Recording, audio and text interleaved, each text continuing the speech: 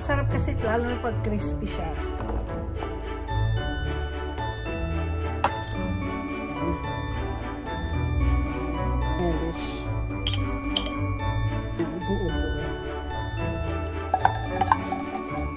Ito na, shredded cheese.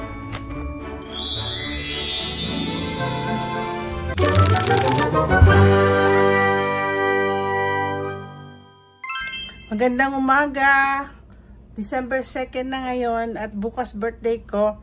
Nag-iisip po akong gumawa ng macaroni salad ngayon. Tapos ilalagay ko po siya sa ref or dalhin ko siya sa opisina mamaya. Kasi bukas seminar ko, wala akong time. So, at least may pagkain kami ang seminar ko sa sa opisina, Streamline. So, ang aking ngayon is a chicken macaroni salad. Madali lang po to. Napakasimple. Of course, ang aking ingredients ay chicken. Ibo-boil ko po to. Isa lang po ang gagamitin ko kasi kukunti. Sa isang ganito lang naman ang binili ko. Tapos may mayonnaise, may celery, may carrots, may relish, at may pineapple pits. Lalagyan po natin ng cheese. Meron po ko isang cheese. Sandali. Yes, may Eden cheese ako. Bakit may Eden tapos meron pa ako dito shredded? Kasi po ito cubes ko. Okay, for now, papakuluan natin to. So, papakulo tayo ng tubig para ilagay natin yung chicken. Pero lagyan natin ng salt para maging malasa ho yung chicken natin. Diba? Ayan. Lalagyan lang natin ng salt yan. Tapos pag kumulo, ilalagay natin yung chicken. At pag nagtataka kayo, bakit mayroon ako pansit dito? Kagabi nag-crave po ko ng pansit. Gawa po ko ng pansit,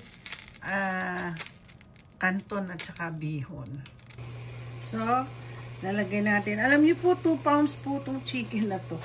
3.99 per pound. So, hindi ko alam yan sa kilos. So, I'll keep this cool para isi-shred natin after. Now, we need to boil yung pasta, yung macaroni. Well, actually, wala silang macaroni. Lalagyan ko po ng ng oil para hindi po siya magdidikit-dikit. Lagyan ko again ng salt. Okay. Lalagay natin ito. Ang ating macaroni. Ganito yung nakuha ng macaroni, maliit lang kasi wala po sila yung kagayang macaroni dyan sa Pilipinas. Okay. Papakuluan po natin dyan. Init pa. It's so hot. So, this is my macaroni. I'll just put it a little bit. I'll put some, sandali ha. So, I'll put some oil para hindi sila magdikit-dikit. Kasi pag after nito, magkakadikit-dikit po to. So, lalagyan ko muna ng oil para hindi siya dikit na dikit. So, ililipat ko po to sa isang container. Ay, ano ba yan? So, ililipat ko. Kailangan tuyo na po to. Nalilipat ko dito. Tingnan natin kung okay pa. Huwag sana siya magdikit-dikit.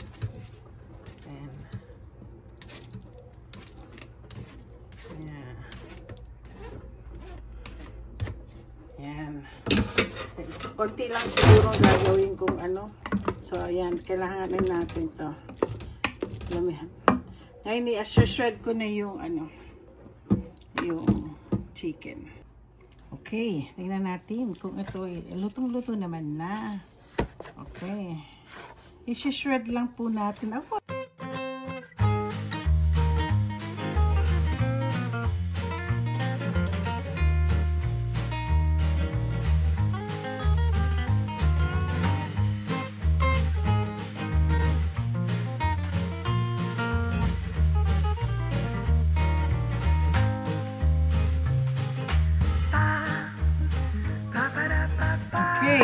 Ito na tayo. So, lalagay natin ang ating lalagay na natin. Medyo mainit-init pa ng konti. Lagyan na natin yung chicken. Lagyan natin yung chicken dyan. Kita ba? Yan. Yan. Chicken. Tapos lagyan natin ng pineapple. Lagyan natin. Pineapple. Ito, dito kasi sa amin, ang carrots, hindi na namin ito pinalalambot. Kasi kinakain namin ito kahit na raw. Oh, masarap kasi lalo na pag crispy siya. Okay. Tapos lagyan natin po ng celery. Wala na wala. So, mix lang natin muna to. Yan. Okay. Yan. Okay. So, natin muna. Lalagyan natin po ng mayonnaise. Ang ginagamit ko po ito yung Japanese na mayonnaise. Lagyan natin ng konti. Ayan. Para makita nyo. Ito yung mayonnaise na ginagamit ko. Meron pa natitira. So, pagsamahin na natin yan. Ay! Yan.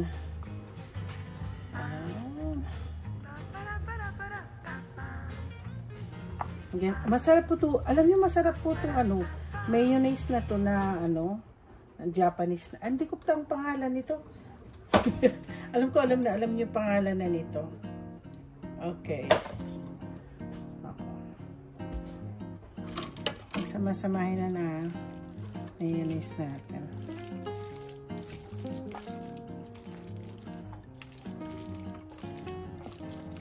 Yan. Hinggan pa natin pa. Lagay ko na isang buo. Isang ganyan.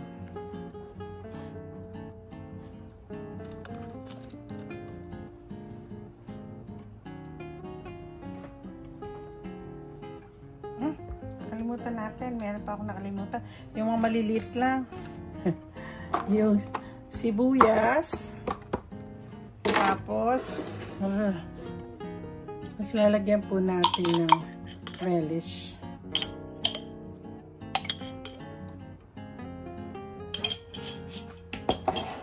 Tapos, lalagyan po natin na, ito yung sinasabi ko yung cheese na buo-buo.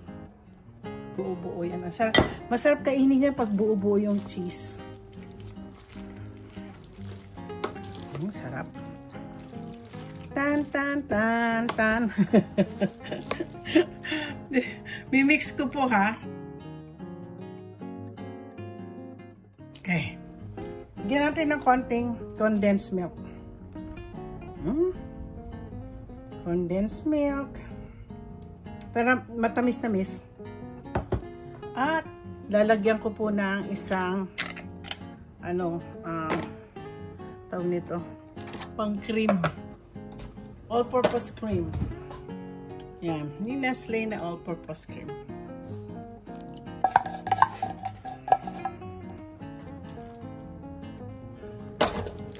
Yan. Ay, naku, sarap na nito. One of my favorite kasi ang ang macaroni salad. Meron pa po ako yung mga fruit salad, Susubukan ko gumawa ng fruit salad na lahat fresh. Bibilin ko yung pineapple. Bili ako ng apples.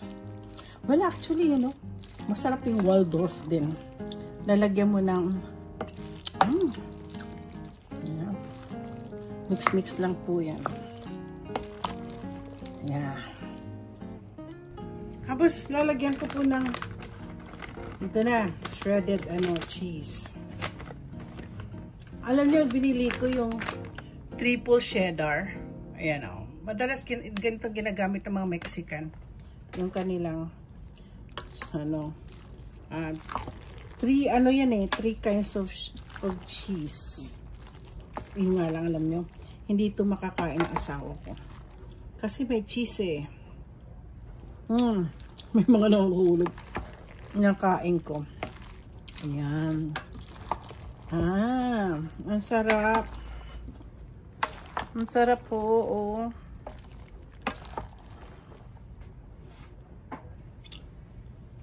So, yan. Kita niyo na po, ang ganda-ganda po, oh. Ang ganda-ganda ng... tikman nga natin. Nalagay ko sa isang lugar kung pwede natin. Oh, tingnan niyo po ang aking salad. Titikman natin yan mamaya-maya ng konti. Ito na po yung aking macaroni salad. Titikman ko. Lalagyan ko ng carrots. Narinig nyo? Very crispy po yung carrots. Tapos lalagyan pa ng celery.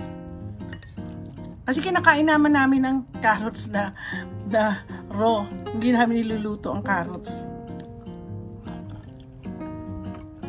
Grabe. Ito na yata. Yun yun. Isa pa. Hindi ko talaga. Tsaka creamy po yung aking ang aking macaroni salad.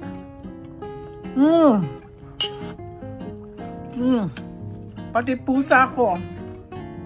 No.